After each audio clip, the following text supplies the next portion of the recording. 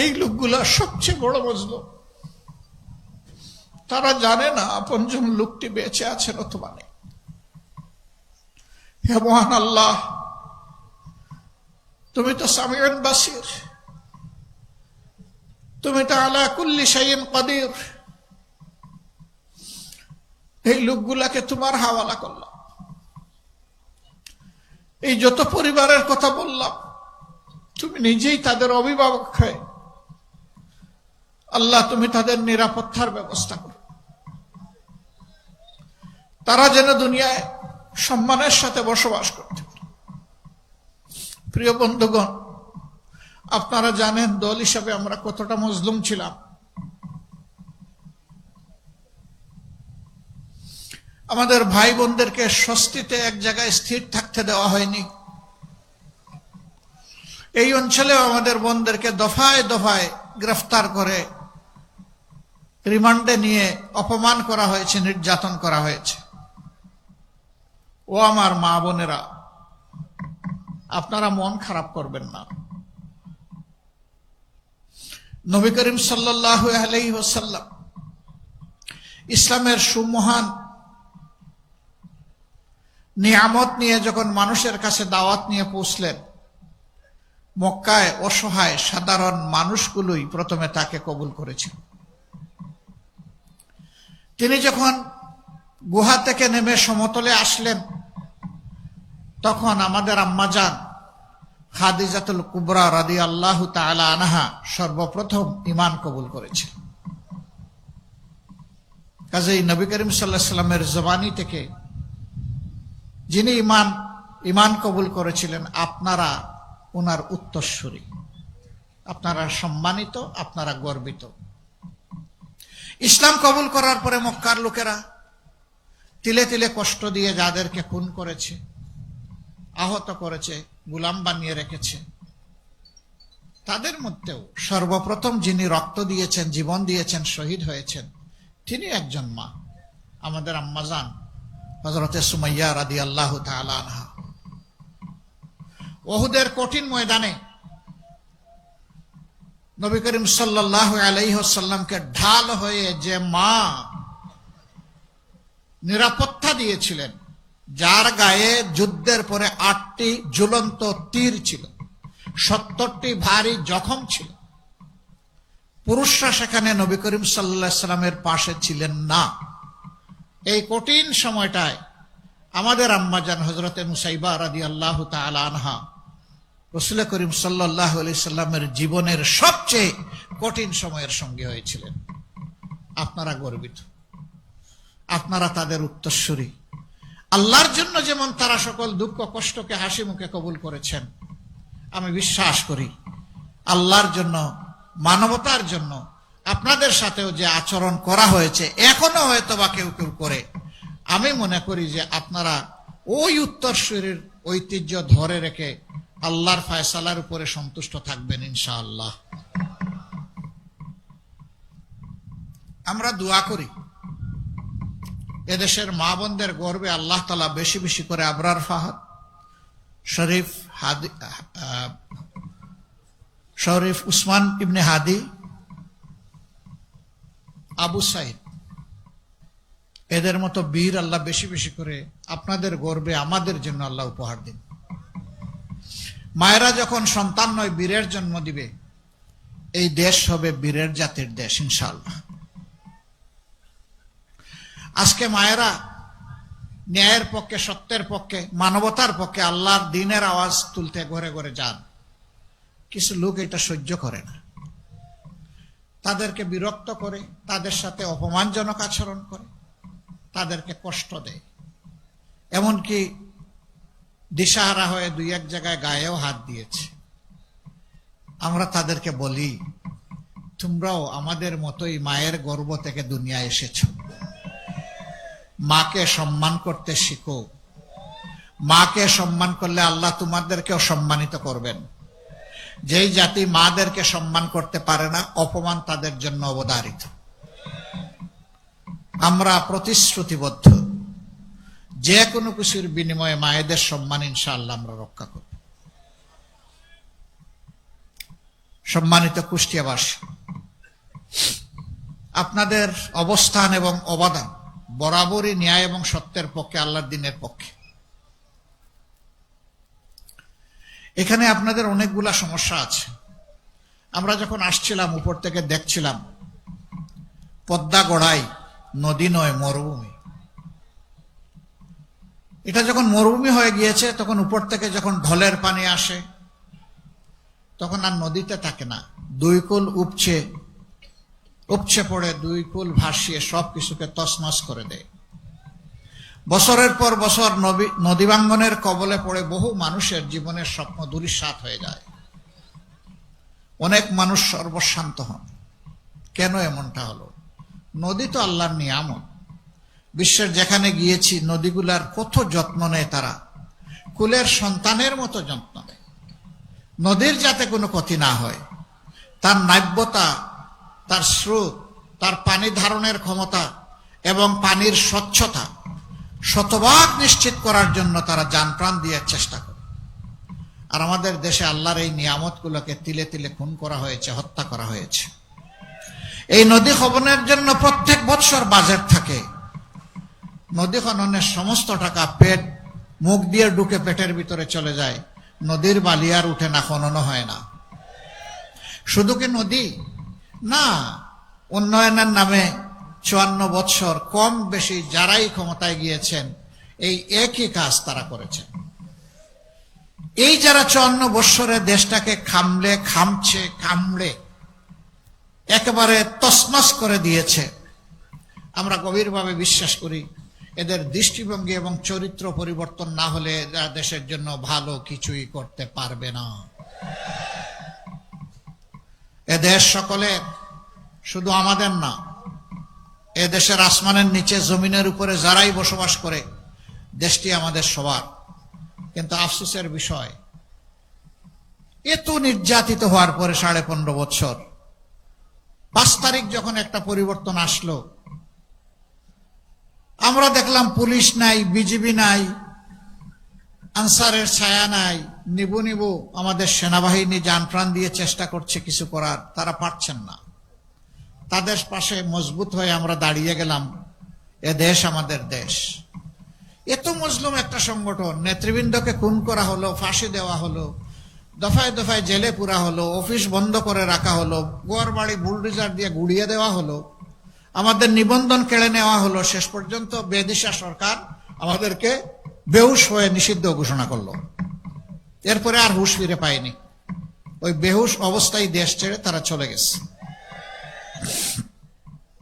কিন্তু আমরা কি সিদ্ধান্ত নিলাম? আমরা আগস্টের 5 তারিখ রাত্রেই ঘোষণা দিলাম যে আমরা কারো উপর থেকে প্রতিশোধ নেব না। আপনারা বলুন, আমরা কি প্রতিশোধ নিয়েছি কারো উপর? আমরা বলেছিলাম অন্যায়ভাবে কাউকে মামলার আসামি করা হবে না। আমরা অন্যায়ভাবে একটা মানুষকেও মামলার আসামি করি নাই। বাংলাদেশে হাজার হাজার মামলাও আমরা দায়ের করি নাই। খুব অল্প সংখ্যক, আমাদের 8টা মামলায় আসামি মাত্র 1 জন করে। কারণ আমরা দ্বিতীয় ব্যক্তি দায়ী খুঁজে পাইনি, আমরা দ্বিতীয় জনকে দিব কিভাবে? কিন্তু সে জায়গায় কেউ কেউ মামলা করেছেন মনের সমস্ত মাধুরী মিশিয়ে, শত শত মানুষকে মামলার আসামি করেছেন। সেই আসামিতে জনগণও আছে, আইন শৃঙ্খলা রক্ষাকারী বাহিনীর সদস্যরা আছে এবং সার্বিক সিভিল প্রশাসনের লোকেরাও আছে। কি আশ্চর্য কারবার! আবার তাদের সাথে এরপরেই ডায়ালগ শুরু করে, নাম অবশ্য এসে গেছে, এখন তো কাটতে হলে কিছু মাল পানি দেওয়া লাগবে। এই তো শুরু হয়ে গেল মামলা বাণিজ্য। জায়গায় জায়গায় দখলদারি, জায়গায় জায়গায় আমাদের ভাইয়েরা নেমে পড়লেন চাঁদাবাজি করতে। এই ভাইদের প্রতি আমরা খুব দরদ ভরা মনে বলতে চাই, সত্যিই যদি আপনাদের সংসারে অভাব অনটনের কারণে আপনারা এই কাজগুলা করে থাকেন, আসুন আপনারা এখান থেকে সরে আসুন। আল্লাহ আমাদেরকে যে রিজেক্ট দিয়েছেন ওইটাই আপনাদের সাথে আমরা ভাগাভাগি করে খাইতে রাজি আছি। তবুও মানুষকে কষ্ট দিবেন না, চাঁদাবাজি করবেন না। এখানে কুষ্টিয়া জেলায় 60টার মতো চাল কল আছে, রাইস মিল। ট্রাকগুলা এখান থেকে চাল বোঝাই করে রাজধানী এবং দেশের বিভিন্ন গন্তব্যে যায়। এখানে প্রতিটি ট্রাক থেকে বেসরকারি খাজনা আদায় করা হয়। সাদা বললে মানুষ একটু লজ্জা পায়, তো এই জন্য বললাম বেসরকারি খাজনা, এবং রেটও ভালো, প্রতি ট্রাকে 5,000। ট্রাকের মালিকরা অতিষ্ঠ, ব্যবসায়ীরা অতিষ্ঠ, চালকল মালিক যারা তারা অতিষ্ঠ। এরপরে আবার বিভিন্ন স্ট্যান্ড দখলের ব্যাপার আছে। আমি অবশ্য স্ট্যান্ডের নাম নেই না, ওইটা নিলেও মানুষ মন খারাপ করে, একদল মানুষ। আপনারা জানেন ওই সমস্ত স্ট্যান্ডের নাম দাম, তাই না? আমরা সবাইকে বলি সরে আসো, ওখান থেকে সরে আসো। আমরা কথা দিচ্ছি, এমন এক বাংলাদেশ আমরা গড়তে চাচ্ছি, আল্লাহর উপর ভরসা করে, মহান আল্লাহর উপর ভরসা করে গড়তে যাচ্ছি, যেই বাংলাদেশে প্রত্যেকটি সক্ষম পুরুষ এবং নারীর হাতে মর্যাদার কাজ আমরা তুলে দেব ইনশাআল্লাহ। বিশেষ করে যুবক যুবতীদের হাতে, তাদের এই যৌবনের শক্তি দিয়ে তারা যেন দেশকে দারুণভাবে গড়তে পারে, এগিয়ে নিয়ে যেতে পারে।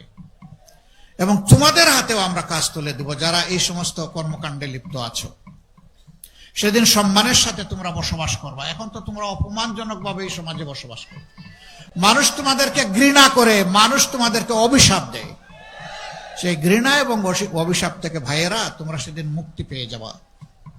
আমরা সারা জাতির সমস্ত মানুষগুলোর মুক্তির চিন্তা করি। আমরা নিজেরা খাওয়ার জন্য রাজনীতি করি না, এবং দলীয় কর্মীদের পেট ভরানোর জন্য আমরা রাজনীতি করি না। বরঞ্চ এদেশের দুঃখী বোখা নাঙ্গা মানুষের পেটে কিভাবে আমরা মুখে একটু খাবার তুলে দিতে পারি আর পিঠে একটু কাপড় তুলে দিতে পারি, এটাই হবে আমাদের সংগ্রাম ইনশাআল্লাহ। এখানে নদীকে যেভাবে খুন করা হয়েছে আপনারা জানেন। আমরা এই 2 দিন আগে উত্তরবঙ্গ সফর করে এসেছি, একইভাবে ওখানেও খুন করা হয়েছে। ওখানে 4টা প্রধান নদী আছে, সেই নদীগুলোকে শেষ করে দেওয়া হয়েছে। আমরা বলেছি ওখানে আমাদের জীবন বাঁচানোর সংগ্রাম হবে শুরু নদী বাঁচানোর মধ্য দিয়ে। আমরা এখানেও কথা দিচ্ছি, আমরা ইনশাআল্লাহ নদী বাঁচানোর মধ্য দিয়ে এই অঞ্চলের সংগ্রাম আমরা শুরু করবো ইনশাআল্লাহ। নদী বাঁচলে মাটি বাঁচবে, মাটি বাঁচলে আমার মাও বাঁচবে। এই জন্য আগে নদী। এই নদীতে অনেক বরকত আল্লাহ রেখেছেন। নদীতে জলজ প্রাণী রেখেছেন, যেটা আমাদের রিজেকের। নদীতে যে পানি আল্লাহ দিয়েছেন, যেটা আমাদের মাটিকে বাঁচিয়ে রাখে। নদীর নাব্যতা যখন থাকবে তখন আমাদের যোগাযোগ ব্যবস্থা সহজ হবে এবং সুলভ হবে। পণ্য পরিবহনে খরচ অনেক কমে যাবে। জনগণের উপর পণ্যের যে মূল্যের ভার, এটা কমে আসবে। অবশ্য কমে আসার ক্ষেত্রে 3 জায়গায় আমরা হাত দেব। যোগাযোগ উন্নত করা, 2 নম্বর হচ্ছে সিন্ডিকেট ভেঙ্গে একদম চুরমার করে দেওয়া, আর 3টা হচ্ছে চাঁদাবাজিতে যারা লিপ্ত তাদেরকে আমাদের বুকে টেনে নিয়ে অন্য ভালো কাজে লাগিয়ে দেওয়া। এই 3টা কাজ আমরা সফলভাবে যদি আল্লাহ তাআলার সাহায্যে করতে পারি, আমরা বিশ্বাস করি 1 বছরের ভিতরে বাংলাদেশের মানুষ লক্ষণীয় পরিবর্তন দেখবে ইনশাআল্লাহ। সম্মানিত ভাইরা, এখানে চিনিকল ছিল, কুষ্টিয়া চিনিকল বন্ধ হয়ে আছে। দুনিয়ার সব জায়গায় ইন্ডাস্ট্রির বিস্তার ঘটছে, আর আমাদের একটা একটা করে তালা ঝুলানো হয়েছে।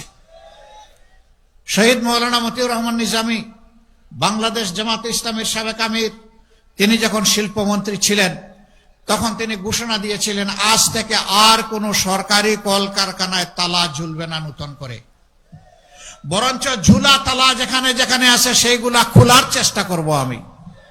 এবং তিনি তাই করেছিলেন। বন্ধ লোকসানি চিনিকলগুলা খুলে দিয়ে বিভিন্ন জায়গায় সেইগুলাকে মাত্র 2.5 বছরের মাথায় লাভজনক প্রতিষ্ঠানে পরিণত করেছিলেন। তিনি করতে পেরেছিলেন, তার ব্যক্তিগত সততা ছিল, তার মাঝে স্বজনপ্রীতি ছিল না। তিনি একজন ভিশনারি নেতা ছিলেন, তিনি জাতির জন্য প্রাণ ভরে কাজ করতে চেয়েছিলেন। এই জন্য তার পক্ষে এটা সম্ভব হয়েছে। তিনি বুয়েট থেকে পাশ করা কোনো ইঞ্জিনিয়ার ছিলেন না। এর আগে তিনি কৃষি মন্ত্রণালয়ে সার্ভ করেছেন, তিনি কৃষি বিশ্ববিদ্যালয়েরও কোনো গ্রাজুয়েট ছিলেন না। তিনি একজন আলেমে দ্বীন ছিলেন, আর ঢাকা বিশ্ববিদ্যালয়ের রাষ্ট্রবিজ্ঞানের একজন ছাত্র ছিলেন। তিনি যদি শিল্পে এসে শিল্পের বিপ্লব ঘটাতে পারেন, কৃষিতে বিপ্লব ঘটাতে পারেন, আমরা বিশ্বাস করি জনগণ যদি সুযোগ দেয় ইনশাআল্লাহ তাআলা আজিম বাংলাদেশের সকল সেক্টরে বিপ্লব ঘটবে। প্রিয় কুষ্টিয়াবাসী, এখানে 4টা আসন, 4টা আসনে 11 দলের পক্ষ থেকে 4 জনকে দাঁড়িপাল্লা প্রতীকে মনোনয়ন দেওয়া হয়েছে। এই 11 দলের যাকে যেখানে মনোনয়ন দেওয়া হয়েছে ওইটাই 11 দলের প্রতীক।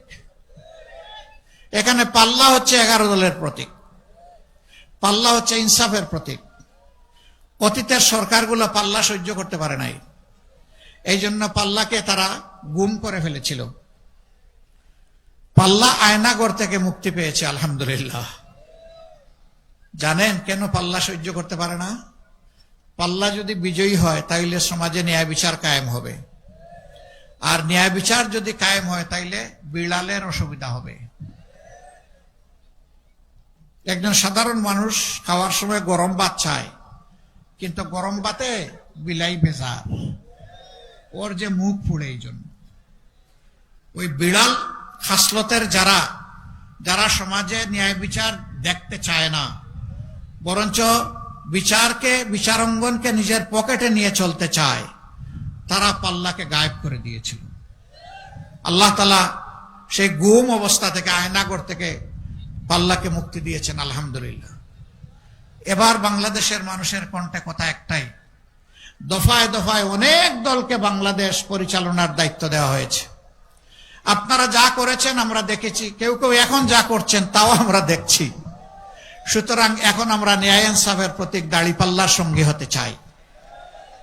যুবকরা ইতিমধ্যে রায় দিয়ে দিয়েছে, 5টা বিশ্ববিদ্যালয়ে নির্বাচনের মাধ্যমে যুবক যুবতীরা তারা বলেছে আমরা পরিবর্তন চাই এবং আমরা ন্যায় ইনসাফের পক্ষেই থাকতে চাই। বিভিন্ন নারীদেরকে উস্কানি দেওয়া হয়, বলে যে পাল্লার বিজয় হলে আপনার কেমন লাগবে? আলহামদুলিল্লাহ ডেসপারেটলি এখন মারা বলতেছেন ভালো লাগবে। আপনি কারে সমর্থন করেন? আমি পাল্লারে সমর্থন করি। পাল্লা সমর্থন করলে এই পোশাক তো আপনি পরতে পারবেন না। পরবো না, তখন পোশাক যেমন হওয়া দরকার তেমন পরবো। আপনি পোশাকও পরবেন না, এই পাল্লা কেন বিজয়ী হবে? কয় যে আমি চাই দেশটা ঠিক হোক। জিজ্ঞেস করে জামাতের কোন জিনিস তোমার ভালো লাগে? কয় পুরা জামাতকেই আমার ভালো লাগে। This is the reality of time. আলহামদুলিল্লাহ দেশবাসী, বিশেষ করে যুব সমাজ এবং মায়ের জাতি, তারা আর বস্তা পচা রাজনীতি দেখতে চান না। মাদেরকে জিজ্ঞেস করা হয় আপনারা কেন পাল্লায় ভোট দিবেন? বলে যে আমরা পাল্লায় ভোট দিব, আমরা নিরাপদ থাকতে চাই। এই জন্য অন্য কেউ আসলে নিরাপদ থাকবেন না। কয় এখনই আমাদের হাতে আমাদের নিরাপত্তা নাই, ক্ষমতায় আসলে তো সব শেষ করে দেবে। কিন্তু এই সংগঠনের লোকেরা এবং তাদের সঙ্গী যারা আছে তারা এই কাজ করবে না, এটা আমাদের বিশ্বাস। মায়েরা, আপনাদের বিশ্বাসের মূল্য আমরা আমাদের চূড়ান্ত স্যাক্রিফাইসের মাধ্যমে দেওয়ার চেষ্টা করবো ইনশাল্লাহ। দোয়া করবেন। আমি বহু জায়গায় জিজ্ঞেস করি, এখানেও একটু জেনে নেই, আচ্ছা মার পেট না বাপের পেট থেকে দুনিয়া যারা আসেন একটু হাত তুলেন তো দেখি। আরে আপনি বাপের পেট থেকে আসেন নাকি? হাত তুলতে বললেই হাত তুলতে হবে।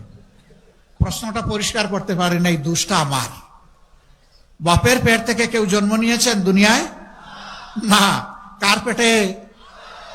285 দিন কার পেটে? মায়ের পেটে। আচ্ছা ঠিক আছে, বাবা না হয় পেটে নিতে পারলেন না, একটু বুকের দুধ কোনো বাবা খাওয়াতে পারবে?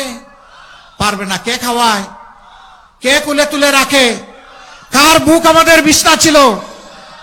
এইটা অনন্য। মায়েদের তুলনা শুধু মায়েরা, আর কারো সাথে তাদের তুলনা হবে না। এই মায়ের জাতিকে যারা সম্মান দিতে জানে না এরা কপাল পোড়া। যারা সম্মান দিতে জানবে তারাই ভাগ্যবান, তারাই বীর পুরুষ।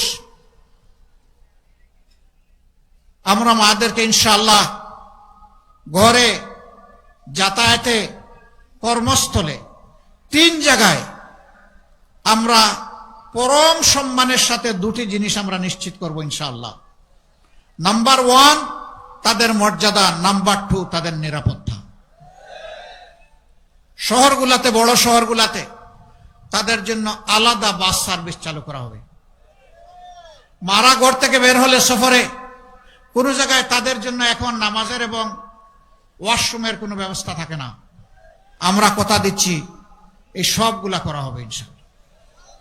যে মায়েরা কাজ করবেন, সন্তান যদি তাদের দুগ্ধপুষ্য হয়, তাহলে অবশ্যই কর্মস্থলে তাদের জন্য ব্রেস্ট ফিডিং কর্নার রাখা বাধ্যতামূলক করা হবে।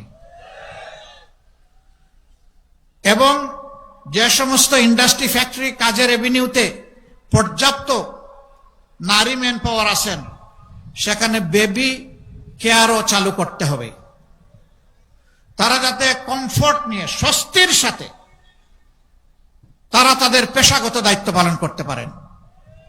অনেকে আমাদের বিরুদ্ধে কথা ছড়ায়, জামাতে ইসলামী ক্ষমতায় গেলে সব মহিলাদেরকে ঘরের ভিতরে আটকে রাখবে।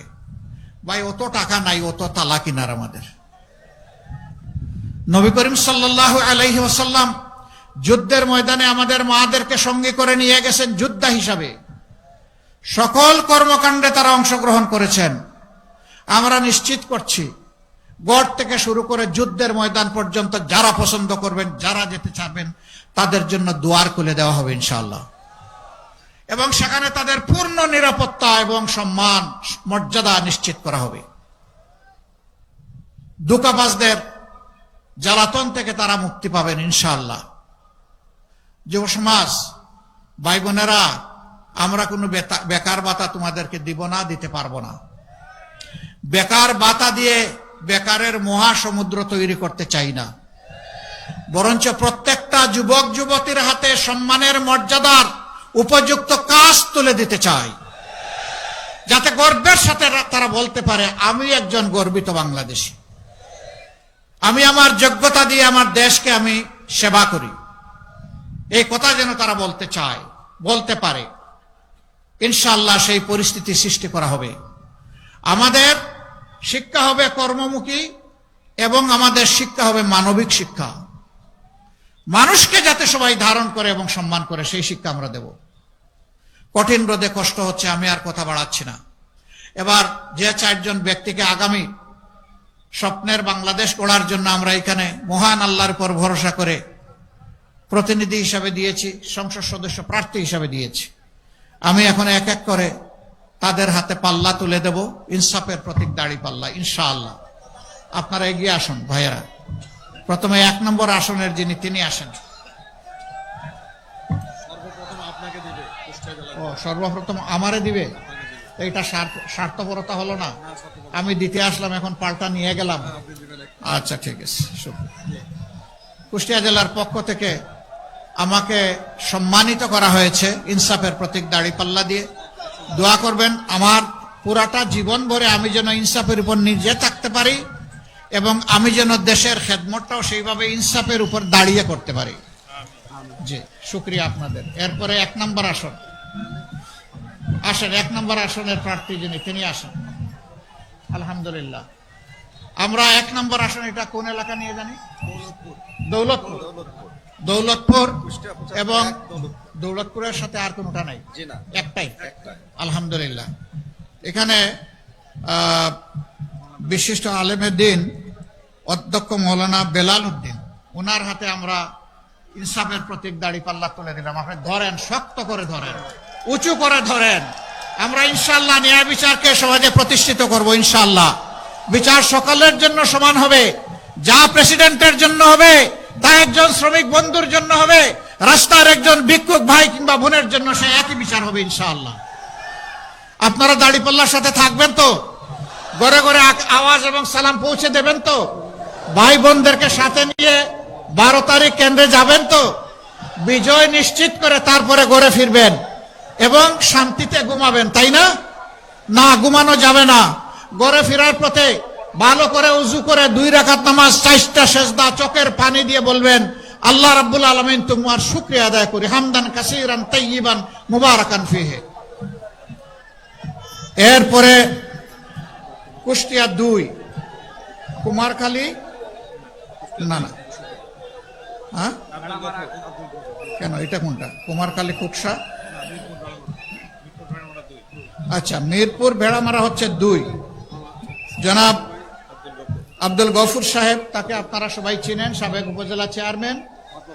এবং তিনি হচ্ছেন এখন আমাদের ভাই অধ্যাপক আবুল হাসিমের যে জোয়ালটা দায়িত্বের বোঝাটা ঘাড়ে ছিল, এখন তার ঘাড়ে। আপনারা দোয়া করবেন তার জন্য এবং ইনশাআল্লাহ বিজয় ছিনিয়ে আনবেন ইনশাআল্লাহ। তারপরে কুষ্টিয়া ৩, এটা কুষ্টিয়া সদর, যাকে নিয়ে মাঝে মাঝে সারা জাতি খুব হইচই করে। ধরো সারছো কেন? যারকে নিয়ে খুব হইচই করে, তাই না? আলহামদুলিল্লাহ, তার জন্য দোয়া করবেন। সেজন্য ধৈর্যের সাথে সবকিছু মোকাবেলা করে এক আল্লাহর উপর মুতাওয়াক্কিল হয়ে নির্বাচনী এই লড়াই অব্যাহত রাখতে পারে। মহান প্রভুর দরবারে দোয়া করি আপনাদের এই প্রিয় মানুষ বিশিষ্ট মুফাসসিরে কোরআন মুফতি আমির হামজাকে আল্লাহ যেন সম্মানিত করেন, বিজয়ী করে জাতীয় সংসদে গিয়ে দিনের পক্ষে উচ্চ কণ্ঠে আল্লাহ যেন কথা বলার তৌফিক দান করেন। তারও বিজয় ছিনিয়ে ইনশাল্লাহ 12 তারিখ আপনারা ঘরে ফিরবেন।